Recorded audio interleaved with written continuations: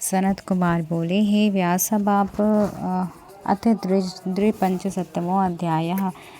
अब आप परमात्मा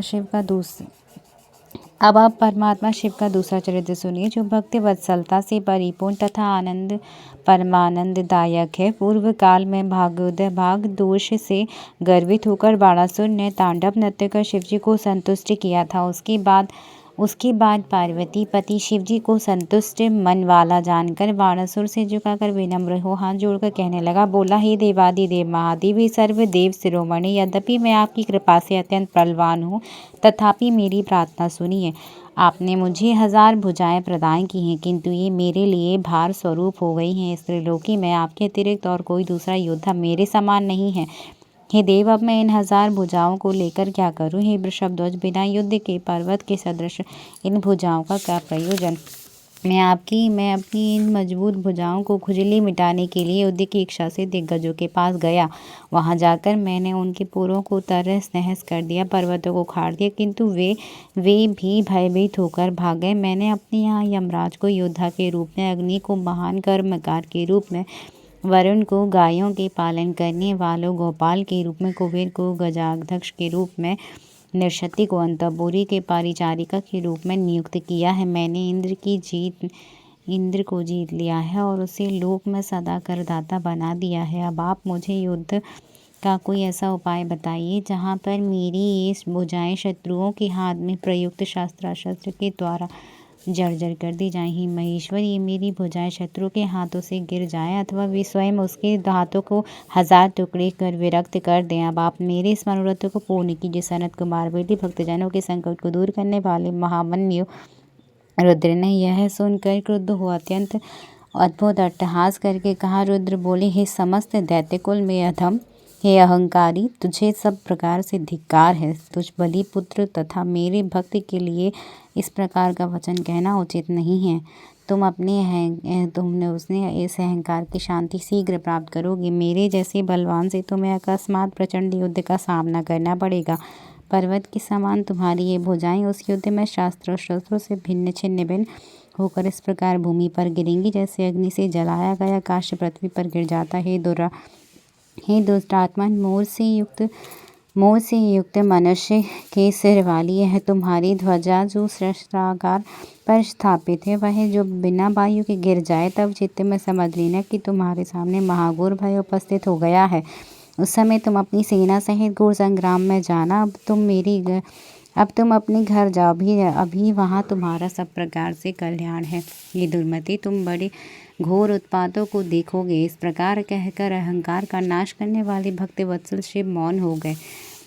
यह सुनकर बाणासुर अपने अंजलिस्थ दिव्य पुष्पों से महादेव रुद्र का पूजन करके उन्हें प्रणाम कर अपने घर चला गया। उसने कुशभांड की पूछने पर हर्षित हो सारा वृत्तांत कह सुनाया। उत्सुक होकर यह उस योग की प्रतीक्षा करने लगा। इसके अनंतर अकस्मात अपना ध्वज भग्न हुआ और देखकर वह बाणासुर हर्षित होकर युद्ध के लिए चल पड़ा। अपनी सेना को बुलाकर उस महावीर, महारथी व महोत्साही बलिपुत्र बाणासुर ने अपने 8 गढ़ों के साथ लेकर संग्राम संबंधी यज्ञ कर विजयप्रद मधु का एवं सभी दिशाओं में मंगलिक द्रव्यों का दर्शन कर युद्ध के लिए प्रस्थान किया।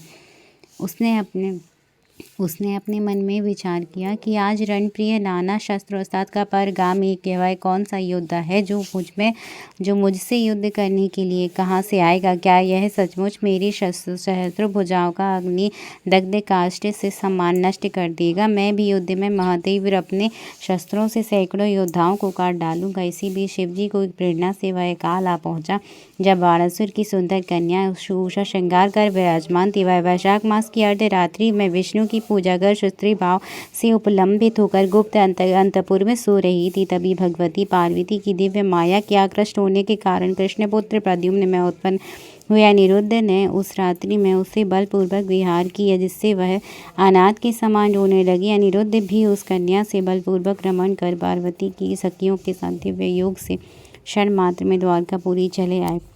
तब उपभोग की हुई वह कन्या उठकर रोते रोते अपनी सखियों से नाना प्रकार के वाक्य कहते हुए शरीर का त्याग करने की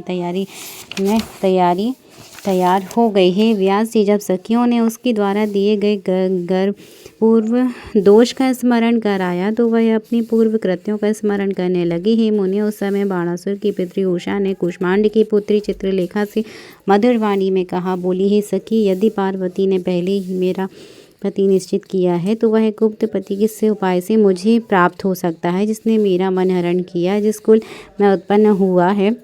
उषा की यह बात सुनकर सखी ने उससे कहा, हे देवी, तुमने स्वप्न में जिस पुरुष को देखा है उसे मैं अपनी किस प्रकार से लाऊं? मेरे ज्ञान से परे है, उसको ले आना किस प्रकार संभव है? उसके ऐसा कहने पर अनुरागवती देव दैत्य कन्या उषा ने उसके वियोग के कारण मरने का निश्चय कर लिया, किंतु उस सखी ने समझा बुझाकर प्रथम दिन उसकी रक्षा की। इसके बाद ही मुनि श्रेष्ठ कूष्मांड की पुत्री महा बुद्धिमती उस चित्रलेखा ने बाणासुर की पुत्री उषा से पुनः विचार इस प्रकार कहा, ये सखी, तुम अपने मन को हरण करने वाले उस पुरुष को बताओ, यदि वह इस त्रिलोकी में कहीं भी है तो मैं उसे लाऊंगी और तुम्हारी विपत्ति दूर करूंगी। सनत कुमार बोले, इस प्रकार कहकर चित्रलेखा ने वस्त्र के ऊपर देव दैत्य दानव गंधर्व सिद्ध नाग तथा यक्ष आदि के चित्र खींचे। उसने मनुष्यों के वृष्णिवंशी यादवों शूर वसुदेव बलराम कृष्ण और नरश्रेष्ठ प्रद्युम्न का चित्र खींचा।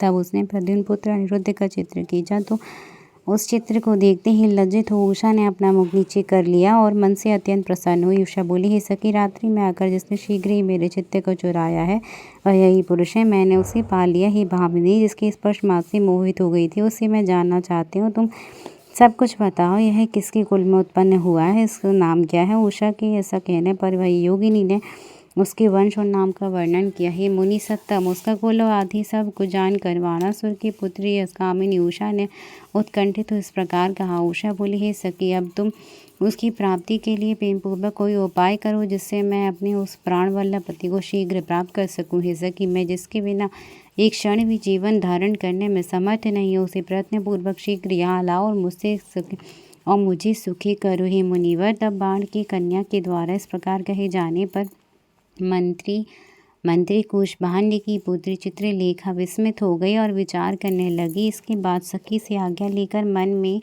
मन के समान वेग वाली वह चित्रलेखा उस पुरुष को कृष्ण का पौत्र अनिरुद्ध जानकर द्वारका जाने को उद्धत हो गई। वह ज्येष्ठ मास की कृष्ण पक्ष की चतुर्दशी को प्रातः काल में 3 पहर बीत जाने पर द्वारकापुरी पहुंची।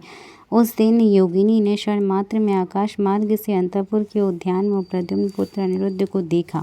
उस समय सर्वांग सुंदरी श्यामवन तथा नवीन यौवन युक्त वे अनिरुद्ध स्त्रियों के साथ क्रीड़ा कर रहे थे। वे माधवी तथा से निर्मित मधु का पान कर रहे थे और मंद मन हंस रहे थे। उसके बाद शैया पर बैठे हुए और अनिरुद्ध को उसने तामस योग के द्वारा अंधकार पट से आच्छादित कर दिया। पुनः उस शैया को अपने सिर पर रख कर वह क्षण मात्र में शोणितपुर में आ गई, जहाँ काम पीड़ित वह बाण कन्या उषा उन्मत्तचित्त होकर नाना प्रकार के भाव से व्यक्त हो रही थी। उस समय लाए गए अपने पति अनिरुद्ध को देखकर उषा भयभीत हो गई। रतन सुरक्षित उस अंतपुर में नवीन समागम में ज्यों ही उन दोनों ने क्रीड़ा प्रारंभ की, उसी समय हाथ में बेत लिए द्वारपालों ने काम चेष्टाओं तथा अनुमानों की कन्या के दुराचरण को जान लिया। उन लोगों ने दिव्य शरीरधारी नवयुवक साहसी एवं युद्ध कला में कुशल उस पुरुष को भी देख लिया।